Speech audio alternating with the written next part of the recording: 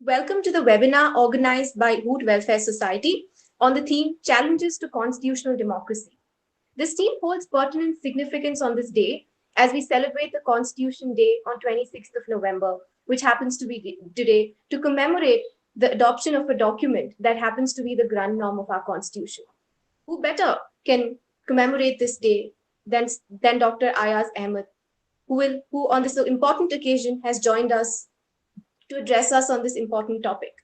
Dr. Ayaz Ahmed is an associate professor at United World School of Law, Karnavati University. He began his academic career from National Law University, Odisha, and is now an assistant professor in Global University and has also been the founding member of Global Law School. Dr. Ayaz has published several research papers in reputed journals and opinion pieces in leading newspapers, magazines, and webzines. He has participated in several national and international conferences, seminars, and workshops. Dr. Ayaz teaches constitutional law, environmental law, and interpretation of statutes. His research interests include constitutional theory and practice, privatization of higher education and social justice, environment dispute adjudication, and judicial process. Thank you, sir. It's a delight to have you here. I will take a moment to introduce our NGO and in which area it works. Hoot Welfare Society is an NGO working on the field of nourishment. Our NGO works in three important domains: animal nourishment, medical nourishment, legal nourishment, and academic nourishment for students. It is our focus to bridge the gap between students and societies and to achieve the objectives of achieving higher justice for the society. Our NGO believes in no dependency factor, in which we don't believe in begging, but we like to serve independently with our own resources. We have been working very hard to develop students and to make them better citizens in the society. And we also work day and night to help the needy, and especially during the pandemic, to uplift the impoverished in the society. I would now take a moment to introduce the Hoot Welfare Society team. We have with us Asma Praveen, Ayush Kumar, Abhinav Srivastava, Akhtar Hussain, and myself, Himali Sylvester. Thank you, team, for joining us today. With this, I hand over the platform to Dr. Ayaz Ahmed for his address. Welcome, sir. Over to you. Thank you, Himali, and thank you for those generous words. It is indeed my privilege to be with you today on the occasion of Constitutional Day. This is a day which holds significant importance for all of us because this is the day and this is the document, Constitution as a document, which has brought us together and which has kept us together for last 70 years. Glad also to know that this your society, Hoot Welfare Society, is trying to advance constitutional values, and therefore the reason why I accepted the invitation to discuss and talk about certain challenges to constitutional democracy from the Hoot Welfare Society. So thank you, Himali, and thank you, Asma, both of you who in a way convinced me to be here and talk to you about challenges to constitutional democracy. And I'm assuming that majority of the students in this Hoot Welfare Society, they come from law background. And if that is the case, then I can take certain liberties in terms of making references to constitutional provisions as well as judicial developments. Yes, sir, you may. All right. As a student of law, in particular as a student of constitutional law,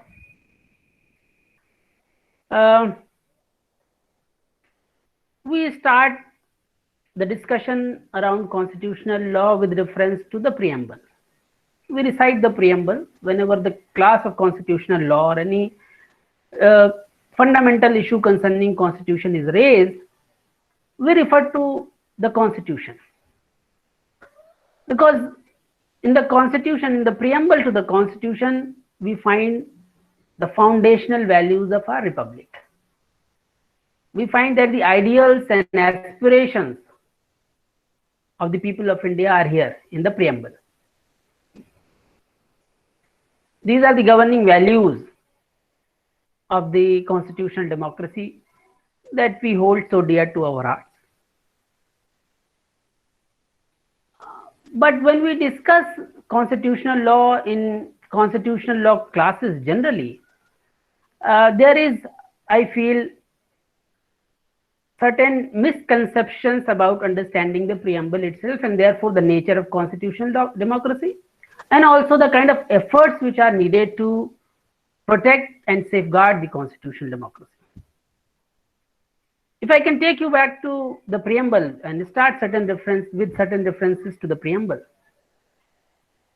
We know, all of us, we know that the preamble begins with the words, "We the people of India."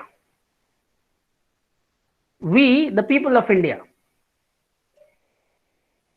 Implicit in this statement is, that is the general understanding which students of law and even constitutional law and even practitioners of constitutional law, this implicit assumption is taken forward, which is that we the people are already we.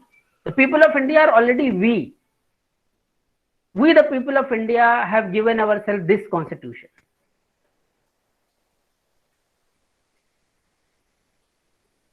That understanding about the constitution, that the people of India are already we, one body, one whole,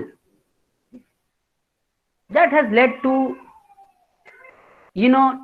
lowering of the guards in order to protect and safeguard the constitutional democracy.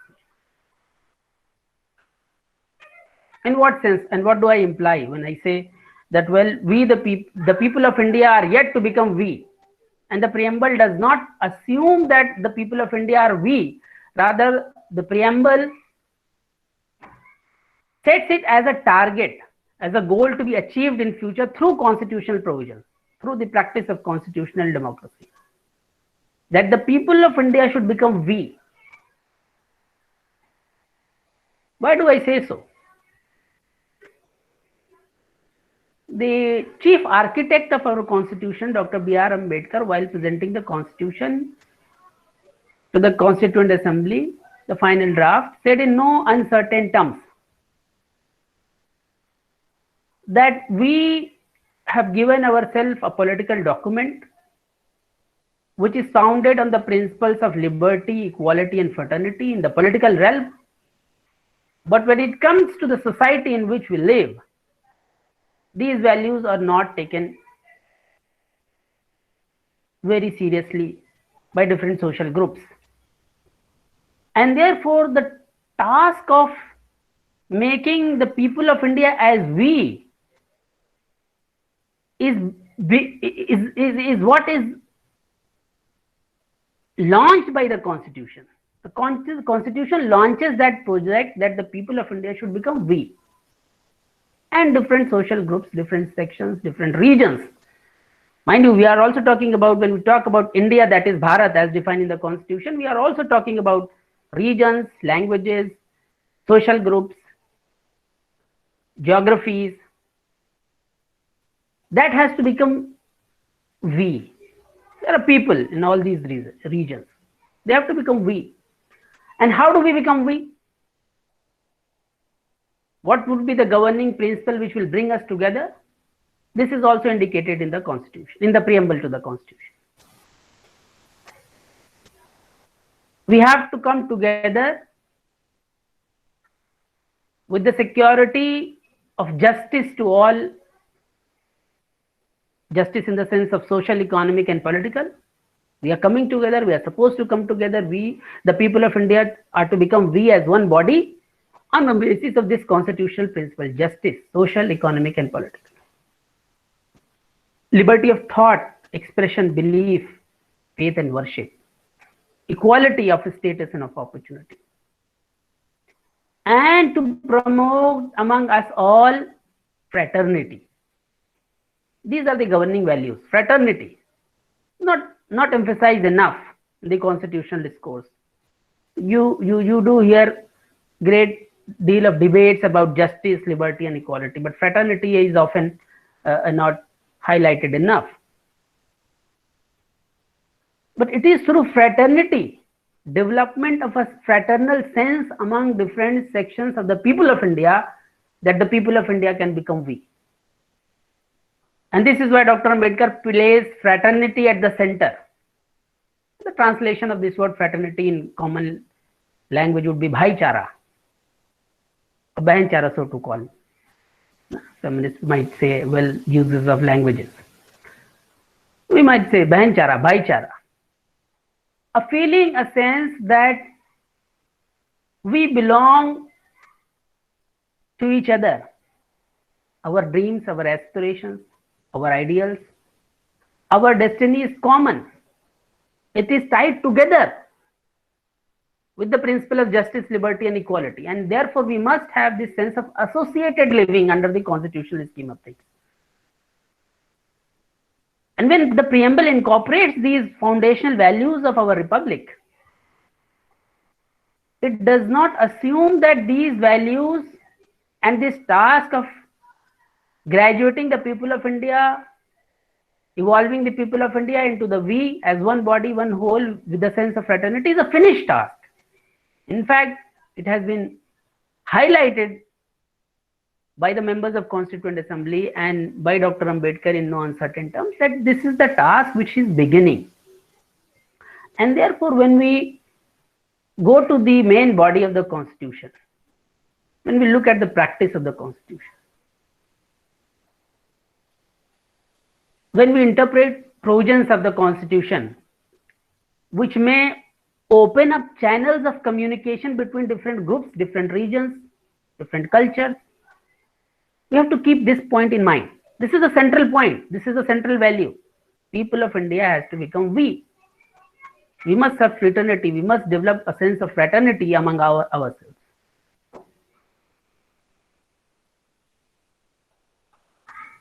And if this is an unfinished task, then all those provisions which deal with equality, liberty, freedoms, Article 14, 15, 16, 17, 18, Article 19, Article 21, 22, these articles are to be interpreted in such a manner which advances this sense of fraternity among the people of India, so that we start identifying with each other as we, one whole, one body.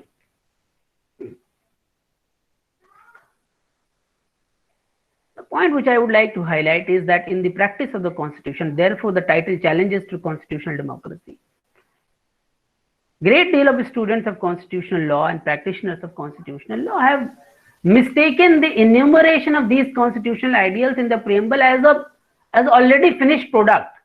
As if the enactment and adoption of the Constitution has already achieved these results. The people of India has become we, a one body, one whole. They have already developed a sense of fraternity. Somehow justice, social, economic, and political is already achieved by making it part of the preamble and main body of the Constitution. Liberty is already automatically guaranteed. Equality of status and opportunity achieved. And what therefore we need to do is to somehow protect it against some assault on justice, assault on liberty, so most of the time we are in a reactionary mode. What we have not sufficiently understood is that the Constitution calls upon us to undertake a positive agenda, an affirmative action, affirmative agenda, to translate, to realize these ideals in the preamble and in the main body of the Constitution, and that is a continuous task. It is an unfinished task. We have to achieve it, because if we don't achieve it, the point of having the Constitution may become meaningless after a point. It may become immaterial whether we have the Constitution or we don't have the Constitution if we are unable to realize these values. So the approach is different. The understanding which I am presenting to you is that just because fundamental right to equality is incorporated in the constitution, it does not mean that the equality has been achieved. Just because fundamental freedoms have been enumerated under Article 19 does not mean we have already realized those freedoms. We have to work hard. We have to put our sweat and blood together in order to achieve equality, in order to achieve fundamental freedoms, in order to realize justice, social, economic, and political. And therefore, so those two approaches, I hope I am able to put the point clearly. Approach is one approach. You start that these ideals, these dreams, these values are already realized, and therefore our task as a student of constitutional law, practitioners of constitutional law, those who believe in constitutional democracy, our task is to protect it. So what has been achieved by the constitution, protect it. That is one approach. But I think that is totally erroneous, completely wrong approach. What we are supposed to do after the adoption of the constitution was to undertake a positive agenda to realize these values, to realize these goals and targets. And therefore, we must be already continuously looking at the social, cultural programs that we are running. Of course, the policies and governmental schemes, they are also important, equally important. But at the social level, at the cultural level, what are we doing to transform the people of India into one whole as we, as development of a sense of we, fraternal feeling, sense of associated living, assuring the dignity of the individual and the unity and integrity of the nation. That somehow, that agenda, that positive agenda got lost. Now, so I will, because this is only one interaction that I am having with you, I will only highlight 2 points to complete my argument. One is, in the garb of cultural rights, in the garb of minority rights, certain spaces were not allowed to develop, were not allowed to flourish. And this is politically incorrect statement to make, I understand. All those who believe in constitutional democracy will come down heavily on me, saying that you are arguing against minority rights today. But that is not my intention. Let me elaborate my point. If the agenda of the preamble of the constitution and the point of having the constitution is transformation of the people of India into we, development of a sense of fraternity with the governing principles of justice, liberty, and equality, then we got to develop spaces where different social groups can come together, where diverse regions of the country can come together, languages can come and join hands with each other. Instead of people feeling intimidated by imposition of either the language or the culture or social norm or political norm, whatever. Inculcation of spaces where people can come together and melt and become one whole.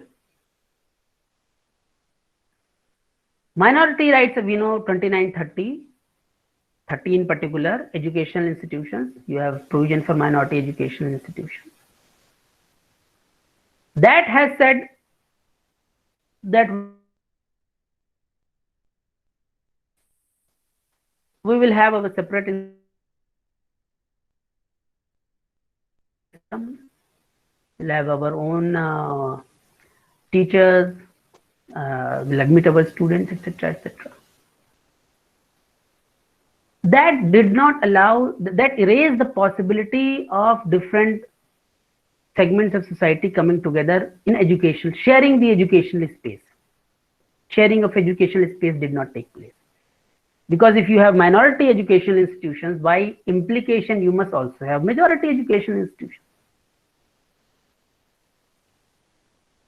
Minority educational institutions in a way become a constitutive outside for the creation of majority educational institutions. So we have at present, after 70 years of the working and functioning of the constitution, so what we have is minority educational institutions separate, segregated, majority educational institutions separate and segregated. If you look at do the mapping of the educational institutions, All India Survey of Higher Education comes up with a report annually. Go through the data and it is very clear that the concentration of students in minority education institution is of minority students, in majority education institutions majority. Although in technically, in principle, government education institutions are neither minority nor, of course they are minority, but they cannot be majoritarian. In principle, there is the government education institution could be a minority education institution, but it cannot be a majority education institution. But in practice, it happens that way. If you have minority education institution, whether it is in the government sector or in the private sector, then by default, as a constitutive outside, it is going to give birth to majority education institution. So you have it in practice. That has totally killed the possibility of development of the sense of fraternity. Educational space. One point. Second point which I would like to make here is formation of the family. It is the family where we share the space. Educational space is the one place where children from school to colleges to universities, they come together and share the space, and they can develop a sense of fraternity. But prior to the educational institution, you have family. So how have we understood our family? Formation, have we created an institution of family where different groups can come together and develop a sense of fraternity and then transform into we? In the family affairs, as a student of law, all of us are aware, we have communal personal law. So you have Hindu personal laws, you have Muslim personal law, Christian personal law, this Parsi personal law. If the formation of the family is on communal lines, can you ever have the sense of fraternity across communities? When the law itself says that in order to get married under Hindu family law, you must be a Hindu. In order to get married and establish a family under Muslim law, both the parties must be Muslim. Same goes for Parsi and Christian laws. If you want to go for interreligious marriages, interfaith marriages, then you must go under a special marriage act, whereby you must give notice to this person, that person, invite the wrath of the society and of all those who are opposed to interreligious marriages. So risk your entire life. The Special Marriage Act, you have the provision for giving notice, which endangers interfaith couples. When it comes to family affairs, our default norm is communal segregation. Family space, therefore, has not, in a way, undertaken this task. Again, this is in the form of first the minority right, cultural right, protection of the minority right, and therefore, because the demand in the Constituent Assembly was that minorities must have their personal laws, and therefore Muslim laws were preserved, and Christian laws were preserved, Parsi laws were preserved, and subsequently Hindu laws were enacted. So the constitutive factor, what gives an impetus for the creation of communal majoritarian laws? Constitutive factor is there.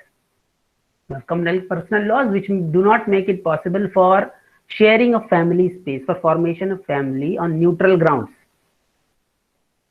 where people can come together, form a family, establish a family, and therefore, and now you have the shrill rhetoric of love jihad and all interfaith marriage laws coming into picture all over the country, in different states. So it is only an extension of that. If you have communal personal laws, then it is in due course of time, majoritarianism is going to take over and going to tell you that, well, it is a crime to have interreligious marriage. It is culmination of that agenda. And the family space, again, I'm on this space, from educational space to family space. There is no sharing of the space. And if you don't have the sharing of the space, how do you develop a sense of fraternity? And if you don't develop a sense of fraternity, how are we going to transform the people of India into one, as we? The third point which I would like to emphasize, the second last point and then go to the last point. The third point, my second last point would be about the living space. This is something in educational spaces, and about family spaces, we already have laws which are very problematic. But when it comes to living space, I would argue that it is the absence of any law which is the problem. Do we have a law which says that when we can develop a housing society, do we have building laws, society laws, whereby we mandate that different sections of society must be, allowed to share the space? You can't have exclusive housing societies, colonies, mohallas, etc. You have to have a joint, a living space. Absence of it. There is no law.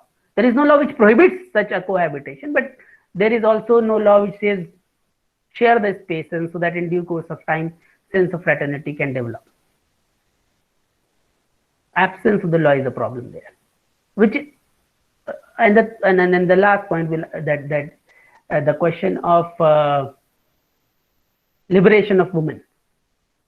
Again, you see that women in this country have been historically, and of course all over the world, have been subjugated, have not been recognized as equal.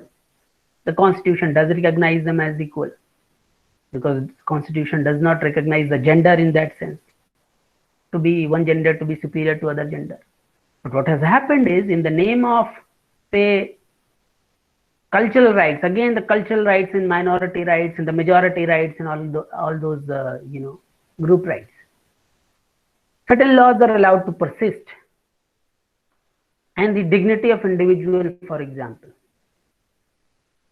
until recently we had triple talaq. We continue to have the validity of nikah halal. We continue to have say polygamy for certain sections of society as valid. Discriminatory laws which militate against the dignity of women, the dignity of the individual. When you talk about preamble, when the preamble talks about dignity of the individual, it would include the dignity of women.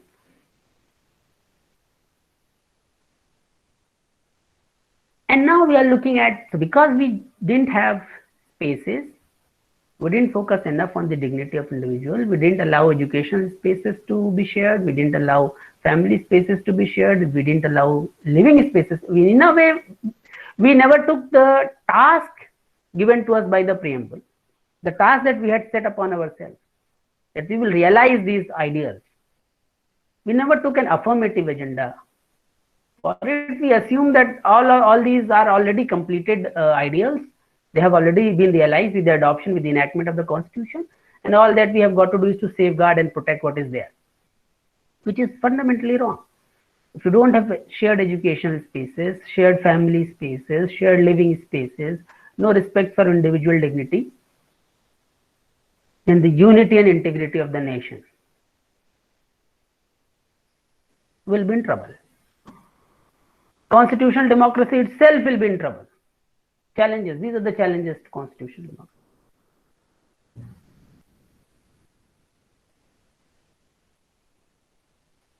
And because there is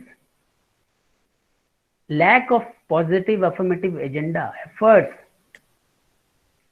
on foundational principles of the constitution, you have its reflection in all institutions of democracy after 70 years. Everything has come out in the open. Look at the media. Look at the judiciary. Look at any institution. Media is supposed to be the fourth pillar of democracy under the constitution. The freedom of the press is enumerated, part of the freedom of speech and expression. But the media hardly stands up to the power. It's bootlicking all the time. So many of us, those who hold constitutional democracy very close and very dear to our hearts, are troubled. What is happening? We never compromise with the freedom of the press, freedom of speech and expression. But what is happening? How is it the media has taken it as its task to bootlick the power? Speaking truth to power was the task of media, fourth pillar of the democracy. Similarly, judiciary. Judges stumbling upon themselves to please the powers of the day, accepting post-retirement benefits, governorships, membership of Rajya Sabha, delivering judgments in favor, delivering patently discriminatory judgments. In one case, A person is directly granted bail by the Supreme Court. In another case, Supreme Court says, no, we don't want to. Now, we have this debate going on. If some of you have followed the debate in the Indian Express recently, sometimes commentators, scholars, and observers of Indian democracy, they focus on judiciary as an institution. They focus on media as an institution and critique it. They say, well, these are not functioning, or executive or the legislature, that these institutions of democracy or election commission are not functioning with the spirit of the constitution. They are violating fundamental principles of the constitution. But what I see in majority of cases is not sufficiently highlighted is that this is only a symptom. The decline of institutions is only a symptom. Symptom of what? Of the deeper malice, the deeper disease that afflicts our society, which is absence of affirmative agenda, absence of affirmative action. We have somehow, we assume too much with the passage of the Constitution. If the fundamental values of the Constitution as enshrined in the preamble are not realized through affirmative positive agenda, then the defense of constitutional democracy is not possible. It will degenerate. It is bound to degenerate.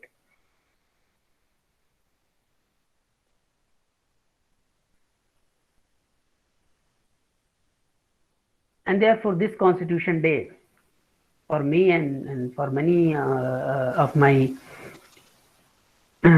colleagues in the fraternity, legal fraternity, we are all troubled. The diagnosis of the problem is very important. Most of the time, we are only fighting the symptom. We are not getting to the cause. We are not running a positive agenda. We are not trying to go to the root.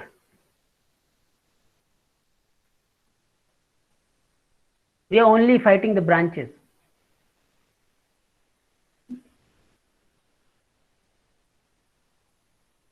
Challenges to constitutional democracy, therefore, stem from the fact that the foundational, fundamental constitutional values have not received a positive affirmative agenda from the people of India. I don't want to get into the debate that the state and the society and individual. The people of India. If the people of India believe that we have to transform into we, then it is the task of the people of India. We have to undertake that affirmative positive action in order to inculcate certain spaces where which can be shared with the guiding principles enshrined in the preamble: justice, liberty, equality.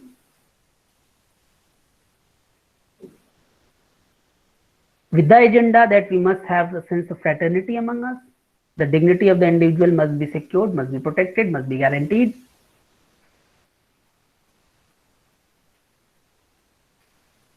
And then we see the result. Once we have realized, or at least moved in that direction of realizing fundamental values enshrined in the preamble, fundamental purpose of the Constitution is this: transforming the people of India into we, to we.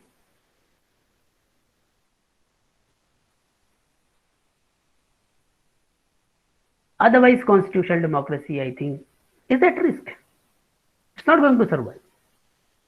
To assume that just because we have the Constitution and the Constitution creates Union of India with certain constituent units of the states and union territories, and therefore it is indestructible, it is a mistake. Anybody who seriously believes in the unity and integrity of India, wants to continue with it, will have to undertake an affirmative agenda. We can't always be reactionary, reacting to this symptom or that symptom, and then left frustrated at the end of the day. Of course, that will also call upon changes and modification in social norms. if I say this to accept this, to get this agenda to be translated into reality, that we must have a common family code. You move the agenda, you float it. Common family code should be there so that all of us can, the people of India can form joint families, interreligious, interfaith families, diverse families. You see the opposition coming from all quarters. That is something which cannot be done overnight, suddenly, abruptly. It has to evolve over a period of time. The sense has to sink in. The social norm, which is so crystallized, so frozen in time, that has to, become a little flexible, to be molded. Or the sharing of educational space, sharing of living space, taking the dignity of individual, bringing that agenda at the center. It will call for modification in our own norms, social norms, cultural norms. Much of it is religious norms. You have to open up. Paying lip service to the constitution, that I believe in the constitution, I believe in constitutional democracy, is not going to save the constitution or constitutional democracy. It calls for this hard task of interrogating our own social cultural norms, values that govern our day-to-day life. They have to move closer to the values of the constitution. Our social cultural values must come as close as possible to the constitutional values. That will call for change. We'll have to radically change the manner in which we think our society, in the manner in which we think our collectivity.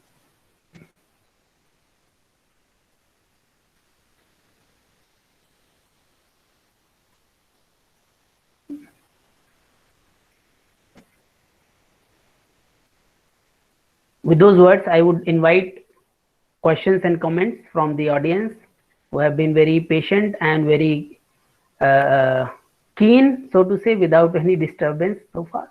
Questions and comments, observations, or criticisms for next another 20 minutes. I have gone on for 40 minutes. I don't want to make it a monologue. A dialogue also should come forward. So if you have questions, comments, observations, please come forward. Himali, over to you. Thank you, everyone. Thank you so much, sir. That was very elaborate and very gut-wrenching to hear the realities of what the Constitution today has become. On that note, sir, I personally had a few questions to ask.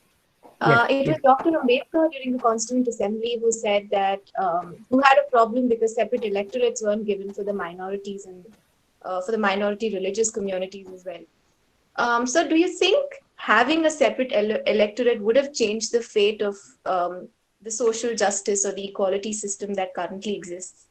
Would that have made it any better, or would that have made it any worse? That's an interesting question, Himali. But first, a small factual correction. Dr. Ambedkar was never against separate electorate. In fact, he himself fought for separate electorates. He fought for separate electorates for scheduled caste. Got one from the British in Roundtable India conferences, and then he was forced by Gandhiji in a way to give up separate electorate and accept reservations. So that's a small factual correction. He was not against separate electorates, never. But more than separate electorate is not at the heart of the problem. That was pre-independence, before that separate electorate to the Muslim League, that was the problem, and that led to the that culmination of this partition, and which continues to influence our life, affect our life in many disturbing ways. Proportional electoral system, basically, what we have at present, first past the post-electoral system. In the Constituent Assembly, this was a very serious, very important question. I think it continues to be very important question. Proportionate electoral system. Proportionate electoral system does force groups and segments of society to share with each other. You can't have, say, in proportional electoral system, you can't have 25% of votes or 30% of vote and a majority in the parliament or legislative assembly. It is impossible. You got to share with different social groups, and that will bring together. So proportional electoral system is very, and it was debated in the Constituent Assembly. Some prominent members of the Constituent Assembly were in favor of proportional electoral system. Dr. Ambedkar himself was in support of it. Somehow, unfortunately, it was given up, and first past the post-electoral system was adopted. And I think this first pass, the post-electoral system has not brought us any closure. It has not, in a way, allowed that sense of sharing. And therefore, as a method of reform, I always advocate that we must move towards proportional electoral system. Rather, separate electoral system has no place. I mean, that is complete. That was a mistake. That not just mistake. That was a problematic agenda of the Muslim League, of identity politics of a very different kind, which is highly problematic. I mean, a full discussion would needed, an hour would at least be needed to reconstruct it. What happened from 1858 onwards till 1947. So I don't want to get into it, but not separate electorate. I would argue, I would submit that proportional electoral system is what is needed, and which has the potential at least to bring us together politically. But then that is only on the political front. What I am presenting before you is the social and cultural coming together, not just the political coming together. Social and cultural, that will automatically lead to political coming together.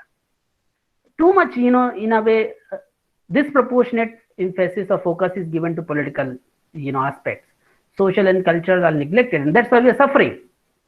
Social coming together, cultural coming together is more important than that will automatically mean political coming together.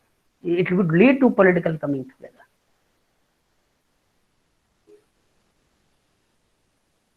Thanks a lot, sir, for that. We have a question from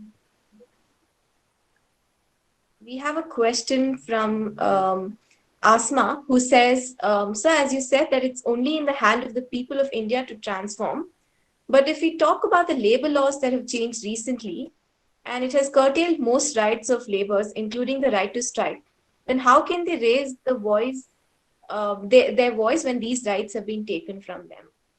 So she's asking, when the rights itself have been taken, how does one raise the voice? Yes. This controversy is there. Certain labor laws have been diluted in recent past. Now again, I would come back to the issue that you raised, Himali, and I think it is relevant for this point, which Asma is making, which is, how do you address labor issues? You can't address labor issues if labor class is totally disenfranchised in the country. We know labor laws, protection of working condition of the labor class is important. How can we claim that the people of India are weak? We are together. We are one body. If we allow, or if we make conditions for the labor class to rot, can we claim legitimately that we are one people? Is it possible for us to say? We have seen the plight of laborers that in a way brought out the failure of our constitutional democracy during lockdown.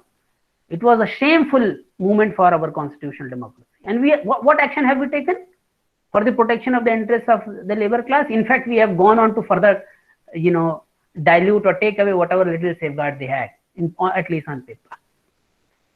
We can't make effective, point in favor of better labor conditions, better working conditions for the labor, unless and until the labor has got a say in public affairs.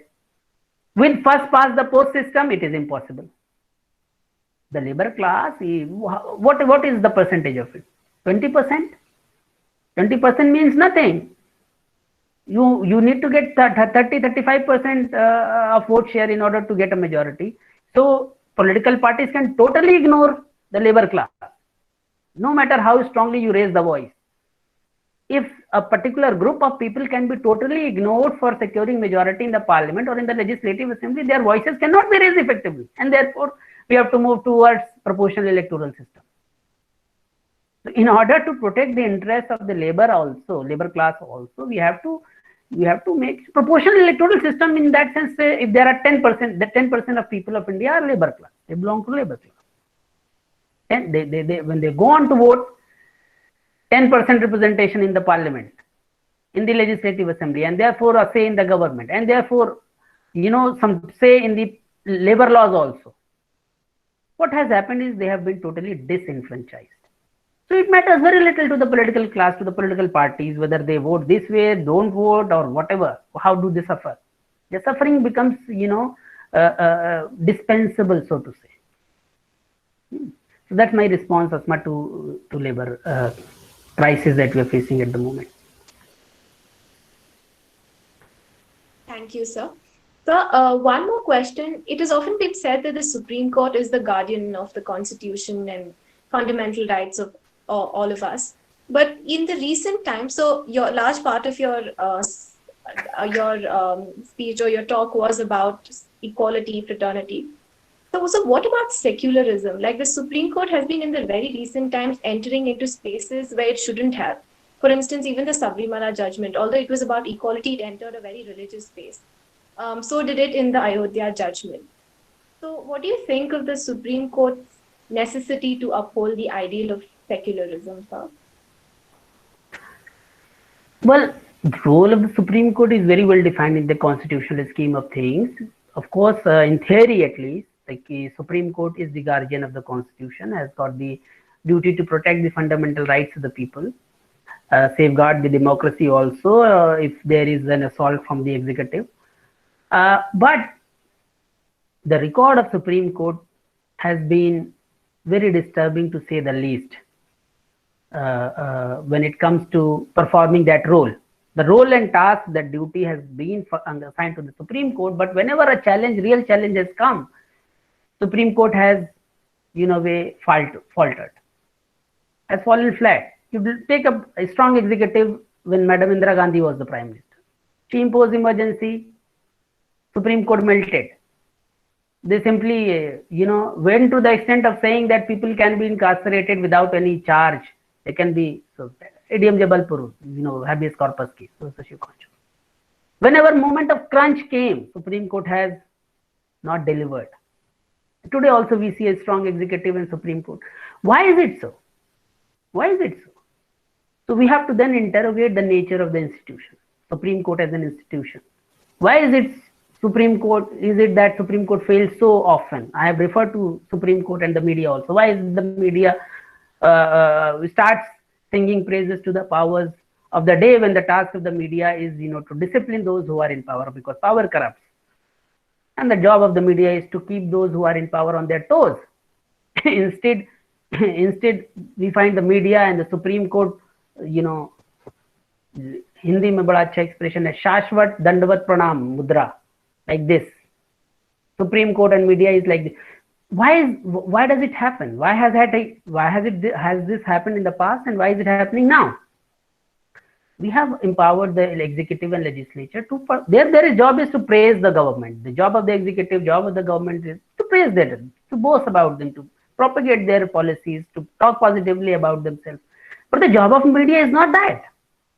Job of the media, job of the Supreme Court is to make sure that the executive is functioning within the boundaries of the Constitution, no matter how powerful the executive. That is the job of the Supreme Court. Job of the media is to keep the people in the power on their toes, ask disturbing questions. Look how Trump was in a way the oldest, most powerful country in the world, most powerful person in the world, and both the media and the Supreme Court, they came from all directions.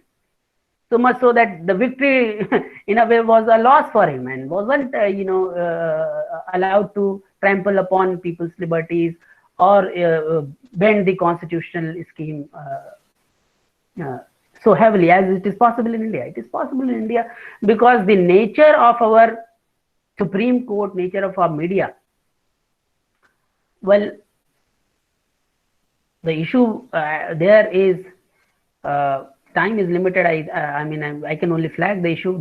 In my opinion, I have written about it. I have written book chapters on this issue. I have very recently interrogated Supreme Court's role, and now I have been given the task to write a piece on media. Is because you have a certain character of the Supreme Court, certain character of the media, which is not representative at all. It does not represent the people of India somehow. The Supreme Court of India, or whether it is or the media, it is only representing the interest of few elite groups of the society of India. It is not representing all of India. All voices from different sections of society are not represented in the Supreme Court. They are not represented in the media, and therefore we have the problem. Whenever, therefore they find people from their own class in the executive being very strong, they somehow bow down. When they are asked to bend, they start crawling. So that's the reality. That's the unfortunate reality. We have to interrogate the nature of these public institutions. When we say our public institutions are falling down, what is the reason why they are failing, and why are they not able to stand up to the task? We have to go much deeper than the superficial, criticism. I find this debate in Indian Express to be very, very superficial, initiated by scholar Pratap Bhanu Mehta and responded to by many. That is very superficial debate, I would say. To talk about only that the Supreme Court has not delivered and Supreme Court has been discriminatory, Supreme Court has, or the media, you don't go to the fundamental question. You don't ask why. Of course, it is doing that way. It has done in the past also. It is not the first time that we are looking at the Supreme Court or looking at the media, which is which has all praises for the powerful executive. It happened during the emergency. It happened before that, during Nehru's period also. We have seen that happening. So I would say job of the Supreme Court, job of the media under this constitutional scheme of thing is to guard the constitutional democracy. But it will not be able to guard constitutional democracy if it continues to carry its present character. It has to become more and more representative. That's democracy is all. What is democracy after all? Giving equal space and voice to all sections of society. Is there any other definition of democracy? If different sections of society are not to be represented in Supreme Court, in media, then you are going to have a problem like this. It will never go away. And the positive, of course, absence of positive agenda. We have, at all levels, we have failed to have an affirmative positive agenda for the realization of the ideals of the Constitution as enshrined in the preamble. Yes, Himali. Yes, sir. Thank you, sir. Sir, there's one Azam Ali who asks, as young lawyers, as you said, you need to go to the root cause of the problem. So as young lawyers, how do you suggest we should go down to the root cause of the problems and diagnose the issue?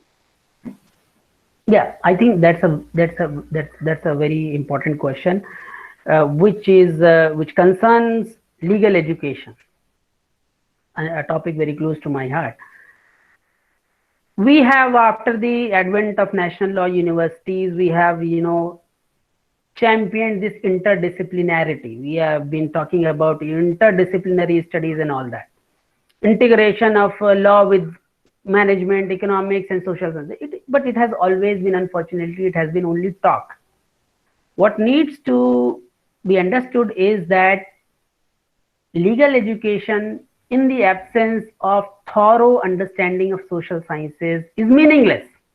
It will not lead us anywhere. We might end up serving the autocratic and dictatorial regimes of the day. It is the social, political, cultural studies which in a way must inform our understanding of law, our study of law.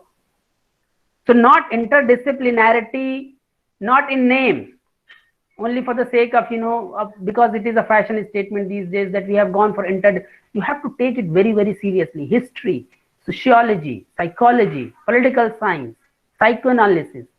These disciplines, if you're going for BA-LLB or BBA-LLB program, if you are part of National Law University or even private law school, you will see these subjects are referred to as non-law subject, as if they have got negative value to them. Non-law, bracketed as no. What is non-law? Those are foundational. They will shape our understanding of the law. Law does not, fall from the heaven. It has a social, cultural, political background to it. And we as students of law will be able to appreciate that background and therefore respond to it only when we have thorough grounding in social sciences. So Azam, I would suggest, have very deep understanding. Take your social sciences very seriously, your sociology, your economics, your political science, and then come to law. Yes, sir. Yours Thank you, is- sir. huh?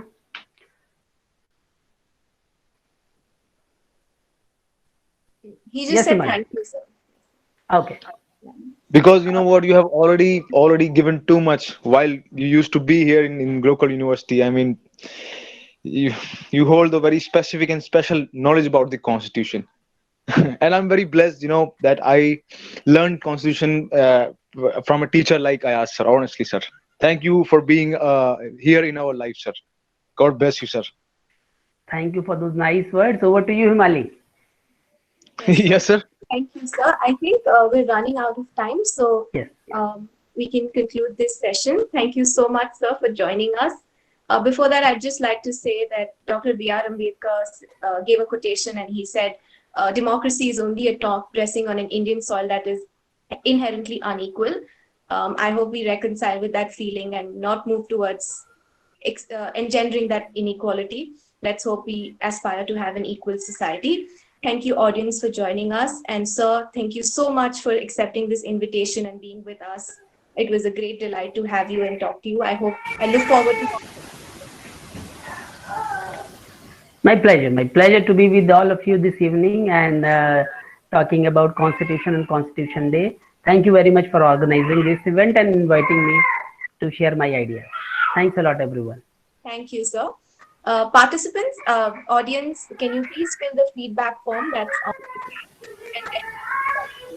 Thank you so much, sir. Thank you so much, audience, for watching us.